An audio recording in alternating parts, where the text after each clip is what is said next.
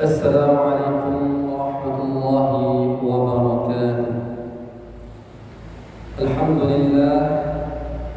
لله الذي أنزل السكينة في قلوب المؤمنين ليزدادوا إيمانا مع إيمانهم. أشهد أن لا إله إلا الله وحده لا شريك له، وأشهد أن سيدنا محمدا عبده ورسوله لا نبي ورسول بعد. أما بعد. Jamaah kaum muslimin yang dimuliakan Allah Subhanahu wa taala. Pertama, marilah kita panjatkan puja dan puji syukur kita kehadirat Allah Subhanahu wa taala. Dialah Allah yang telah memberikan kita nikmat. Begitu banyak nikmat-nikmat yang Allah berikan kepada kita, sehingga kita lupa mensyukuri atas nikmat-nikmat yang Allah berikan kepada kita. Yang kedua, salawat serta salam marilah kita haturkan kepada Nabi Allah Nabi Muhammad sallallahu alaihi wasallam. Dialah Nabi yang memperjuangkan agama Islam ini sehingga kita bisa merasakan indahnya iman dan Islam sampai pada saat ini. Jamaah kaum muslimin yang dimuliakan Allah Azza wa Jalla. Pada siang hari ini kita akan membahas tentang kisah Nabi Isa alaihi salatu wassalam. Kisah Nabi Isa alaihi salatu wassalam tidak dapat dilepaskan dari kisah ibunya yang bernama Maryam.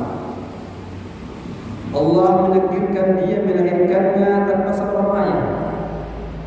Bapaknya bernama Imran yang memiliki silsilah keturunan hingga Nabi Daud alaihi salam, dikenal sebagai imam salat bagi Bani Israil.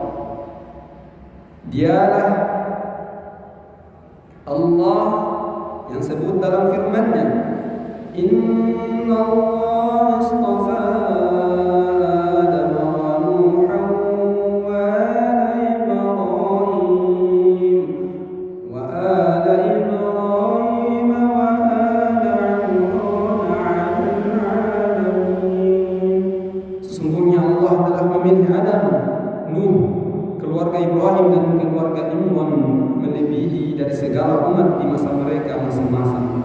Quran Surah Al-Imran ayat 33. Sedangkan ibunya bernama Hannah binti Faku bin Qabil.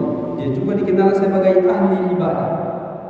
Sedangkan Nabi Zakaria alaihi salam yang diutus sebagai para nabi pada zaman itu adalah suami dari saudara perempuannya yang bernama Ashya. Ada yang mengatakan bahwa Ashya adalah bibinya. Dikisahkan bahwa suatu hari ibu Maryam yang saat itu tidak sedang mengandung melihat seekor induk burung yang sedang memberi makan kepada anaknya. Lalu tiba-tiba saja dia menginginkan seorang anak laki-laki.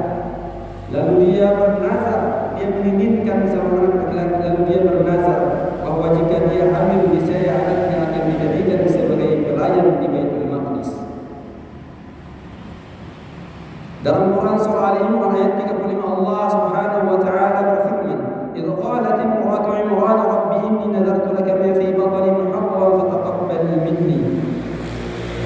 Allah Subhanahu wa taala berkata, ingatlah ketika istri Imran berkata, "Ya Tuhanku, sesungguhnya aku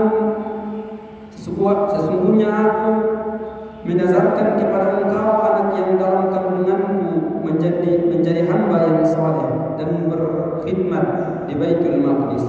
Karena itu terimalah nazar itu daripadaku. Innaka antas sami'ul alim." Sesungguhnya Engkaulah yang Maha mendengar lagi Maha mengetahui. Maka saat itu pula dia mengalami haid. Setelah suci, suaminya menggaulinya. Kemudian ibu Maryam mengandung. Ketika datang masanya, dia melahirkan seorang anak wanita. Padahal waktu itu biasanya yang dijadikan sebagai pelayan di Baitul Maqdis adalah anak laki-laki. Sang anak diberi nama Maryam. Lalu dia mohon perlindungan kepada Allah agar anaknya dihindarkan dari syaitan.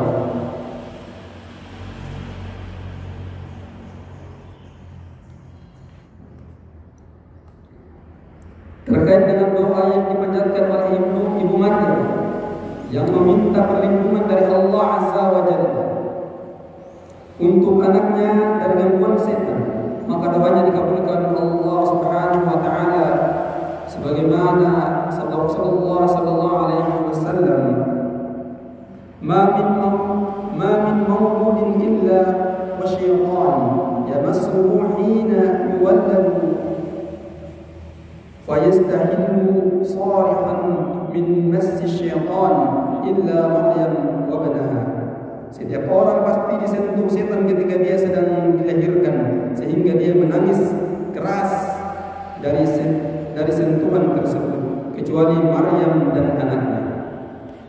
Kemudian Abu Hurairah berkata, perhatikanlah firman Allah Azza wa Jalla, wa inni u'idhuha bika wa dhurriyyataha minasy syaithanir rajim. Aku mohon perlindungan untuknya serta anak-anak keturunannya kepada pemeliharaan engkau daripada setan yang terkutuk. Quran surah Al-Imran ayat 39. Kemudian setelah selesai masa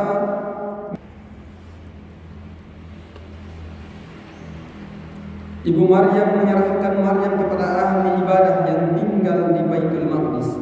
Karena Maryam merupakan anak imam mereka, maka mereka tersebut untuk merawatkannya. Maka mereka merebut untuk merawatkannya.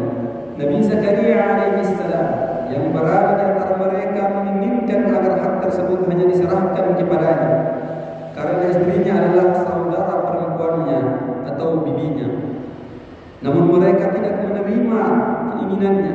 Lalu mereka mengusulkan agar dilakukan undian untuk menentukan siapa yang berhak merawatnya. Akhirnya mereka sepakat melakukan undian.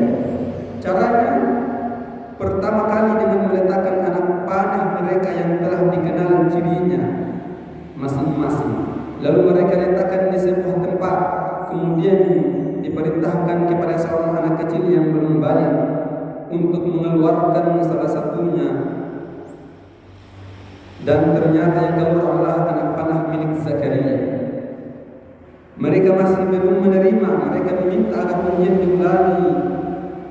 Mereka meminta agar undian diulangi lagi dengan cara melempar anak panah mereka masing-masing ke sungai.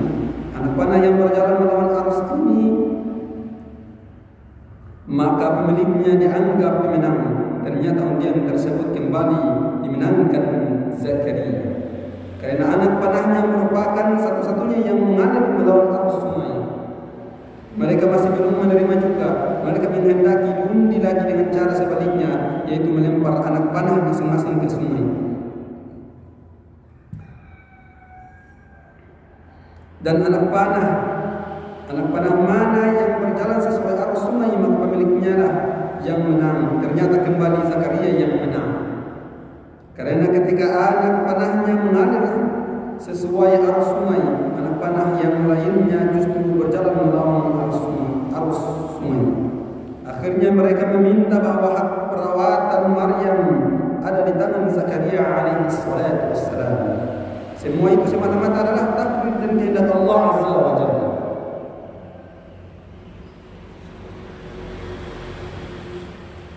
Lalu Nabi Zakaria alaihi salatu wassalam menempatkannya di tempat yang mulia di dalam masjid. Tidak ada selain Maryam yang menempuh ibadah.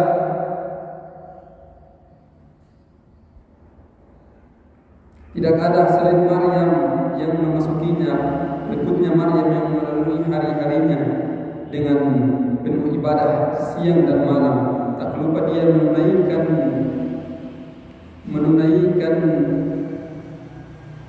lalu Nabi Zakaria alaihi salatu wassalam menempatkannya di tempat yang mulia di dalam masjid. Tidak ada selain Maryam yang memasukinya. Berikutnya Maryam melalui hari-harinya dengan penuh ibadah siang dan malam. Tak lupa dia menunaikan tugas-tugasnya sebagai pelayan masjid jika telah datang gilirannya. Lama kelamaan Maryam dikenal sebagai ahli ibadah yang sangat tekun dan dijadikan teladan di kalangan Bani Israel. Terkenal pula bahwa dia mengalami kejadian-kejadian luar biasa dan sifat yang mulia. Setiap kali Nabi Zakaria alaihi salam masuk ke tempatnya, dia mendapati buah-buahan telah tersedia di hadapannya. Anehnya apabila di musim panas buah-buahan yang tersedia adalah buah-buahan yang hanya ada di musim dingin, dan apabila di musim dingin yang tersedia adalah buah-buahan yang hanya didapati di musim panas. Sebagaimana Allah Subhanahu wa taala berfirman dalam Quran surah Al-Imran, "Kullama dakhala 'alaiha Zakaria al-mihrab wajada 'indaha rizqa.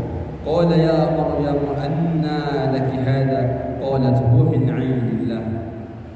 Setiap Zakaria masuk untuk menemui Maryam di mihrab, ia dapati makanan di sisinya. Zakaria berkata, "Hai Maryam, dari mana kamu memperoleh makanan ini?" Maryam menjawab, "Makanan itu dari sisi Allah Subhanahu wa taala." Dia berdoa, "Rabbi habli min ladunka dzurriyyatan thayyibah, innaka sami'ud du'a." Ya Tuhanku, berilah aku di sisi Engkau seorang anak yang baik, sesungguhnya Engkau Maha mendengar doa.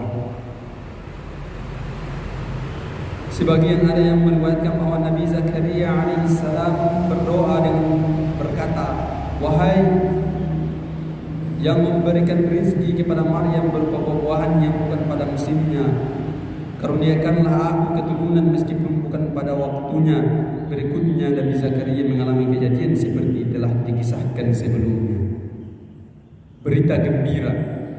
Suatu ketika Allah mengirimkan malaikatnya untuk memberi kabar gembira kepada Maryam berupa terpilihnya dia oleh Allah Subhanahu wa taala sebagai wanita yang paling mulia di alam ini. Karena itu sebagai rasa syukurnya dia memerintahkan untuk memperbanyak ibadah, berdoa, sujud dan ruku. Diriwayatkan bahwa dia perbanyak salat hingga kedua kakinya pecah-pecah sehingga Allah meridainya dan kedua ibu bapaknya. Allah Subhanahu wa taala mengatakan dalam Al-Quran surah Al-A'raf ayat 44, "Wa idh qalatil malaikatu ya Maryam inna Allah astafaki wa tahharaki wa astafaki ala nisa'il alamin."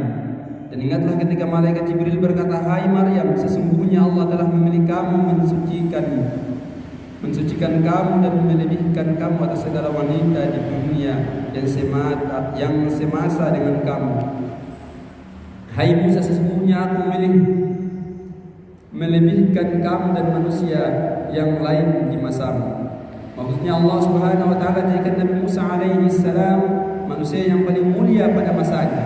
Sebab Nabi Muhammad sallallahu alaihi wasallam jelas lebih mulia dari Nabi Musa alaihi salatu wassalam. Namun tidak tertutup kemungkinan jika hal tersebut dipahami bahwa Maryam adalah wanita yang paling mulia sejak sebelumnya maupun sesudahnya. Dalam beberapa hadis, kemuliaan Maryam juga disebutkan dengan menyertakan wanita-wanita lainnya, yaitu Aisyah binti Muzahim, Khadijah binti Khuwailid, dan Fatimah binti Muhammad sallallahu alaihi wasallam.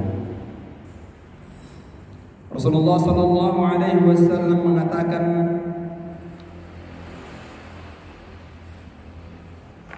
"Khairun nisa'iha Maryam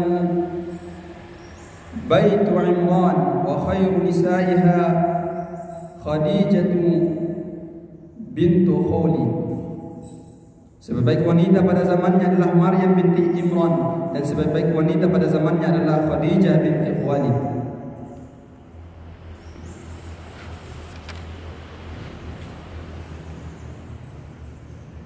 Wanita penghuni surga yang paling mulia adalah Khadijah binti Khuwailid, Fatimah binti Muhammad, Maryam binti Imran, dan Aisyah binti Muzahim, istri Fir'aun.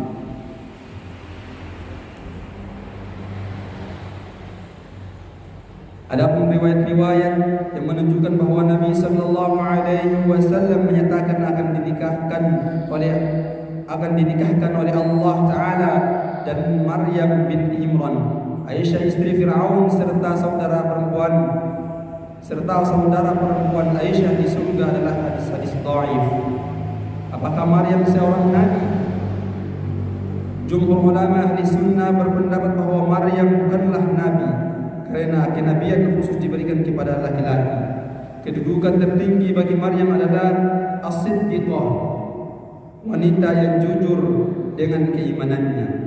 Sebagaimana firman Allah Subhanahu wa taala, "Mal Masih ibn Maryam illa rasul qad khalat min qabli ar-rusul wa ummah."